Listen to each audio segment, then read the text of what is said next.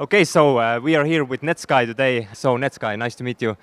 Glad to have you here. Yeah, good to meet you as well. Good to be back in Parnu. How is Estonia? How was your trip here? It was an early flight, so we got in really early, but it was amazing. We got here around lunchtime. We had like amazing lunch, great hotel, the head-on hotel city before, and we had like a nice lunch by the beach. Had a quick look around. It's really beautiful. So we're gonna go straight to the format, and today we're gonna ask most Googled questions about Netsky, and we're gonna get the answers straight from the source over here. So let's open up Google, and the first question that pops up is, how is Netsky pronounced? Because I know a lot of people say Netsky and Netsky. How is the correct way to say your name? So I think that the whole thing where people calling me Netsky, it's Netsky to start with, but like people started calling me Netsky after a lot of people found out my first name is Boris. So I think it's like a Russian kind of a Russian thing. I think it sounds quite Russian to say Netsky in a way, which is funny because in Russia they call me Netsky. But it must have been something to do with my first name where some people thought I was Russian and it started with that. It's interesting because certain parts of the world and certain parts of the UK even, they start calling me Netsky or Netsky, and I'm absolutely fine with both. So, And do you get Netsky often? yeah. All right, so next one. What is Netsky Virus? But I know some context. I know the context is that you got supposedly you got your name off some kind of computer virus or something. Yeah. So what's the story behind that? It's funny because this virus, I started producing when I was, I don't know, 12, 13, 14, something like that. And like my first kind of like interactions with the computer, making music. I mean, like my first like real project, my first real song or EP or whatever was when I was 16 or 15. And my computer completely broke down because of this computer virus and deleted all my music files, which was pretty shit. Like at that age, working hard, like trying to find like time next to school. I'm sure there's so many like young producers that have the same issues. And the whole virus destroyed my computer, so I was pretty upset about it. And I mean, at that time, like Kazaa and LimeWire and illegal downloading was a real thing, you know? Like the whole music industry was kind of in the eyes of like independent record labels. It was completely breaking down because people were like downloading music illegally. And I kind of wanted to like have a protest against that, like calling myself as a virus. So like if people type in my name, they would get the virus instead of the music. So that was always the idea behind it. And then streaming came along and nothing mattered. So it's interesting. But yeah, that was the original idea. So the story is your music got destroyed by Netsky Virus, and then you just took that name to yourself? Yeah, basically. To try and kind of fuck up other computers that tried to download my music illegally. Okay, so the next one is, how old is Netsky? I turned 30 this year. 30. And how old were you when you started to make music and you started to take it serious? Yeah, I mean, I played the drums since I was 7. So like I played drums for like a couple of bands for like my friends. That was never serious, although I really loved it. But then my drum teacher had this DJ friend that came in while I was drumming or while he was teaching me. He came in early and he showed me like how he's scratching when I was 12 or 13 or something. And I was obsessed by it. I was like, what the fuck is this? Like I wanted to like know how to like get music out of like drum computers and like use synthesizers and kind of connect all these cables. I'm really into technology. So as a kid, for me, that was like the candy store. And that's really when I like got interested into like making electronic music. But I grew up with like soul music and like lots of like my dad loved jazz, soul, like my mom loved African music and classical music. So it was a big melange of like, there was always music playing at home.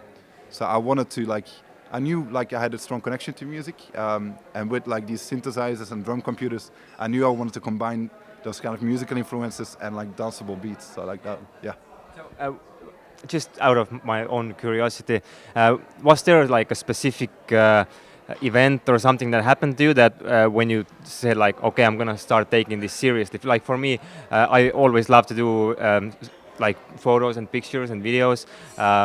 Like with cameras, but one time when I was like broke as hell in a foreign country, like I was lucky I got like a photography gig that was like $70, so that's like nothing, but that's when I realized, okay, this could actually work. Like if I could get like 10 pieces per month, like I could actually live off of that. Like what was there like similar thing with you? Oh, 100%, and exactly the same kind of numbers, you know, like it's interesting how a young student brain works. Like when I look back at it, like I was so convinced after like getting 50 euros for a DJ set or 100 euros or the equivalent of that in whatever like currency it was. I was so convinced like that was going to be my life. Like every week for the rest of my life, I was gonna earn 200 euros because I played twice or 3 times per week. And I was like, okay, I'm gonna quit studying. Like this is gonna be my job. So that was my mind, and I tried to convey that to my parents, and they didn't see it like that. Your progression to the level that you're at, was it like progressive, or was there like an overnight success thing with like one hit song, or was it like smooth sailing? Yeah. So to answer your question, definitely gradually, not because of like a hit or something, because I never had like a mainstream radio hit, like apart like outside of drum and bass or anything like that. And yeah, it's always been like something that you have to work on, and it becomes a bit wavy sometimes, like careers, like for everybody.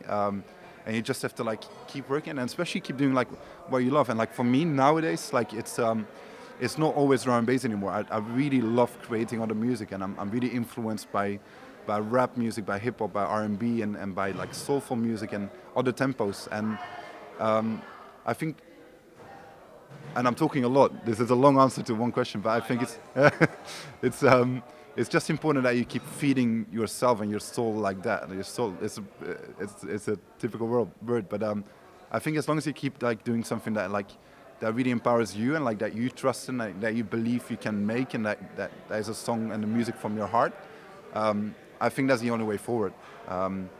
So I answered about 4 questions that you weren't asking, so. So, what genre is Netsky? What genre is Netsky? I don't know. I love the idea of living in a world where like genres don't exist. While I understand how important it is for people to like be able to pigeonhole music, and like they like a song and they look for like another song, and a genre helps because you know it's going to be like the same kind of like style. I love a world where like Moby is Moby, and he makes rock, he makes pop, he makes amazing electronic ballads, and makes like hardcore punk. And I think, I mean, if there's anything I want to be as an artist, is an artist that doesn't need a genre, for sure. That's really good answer. How much is Netsky worth?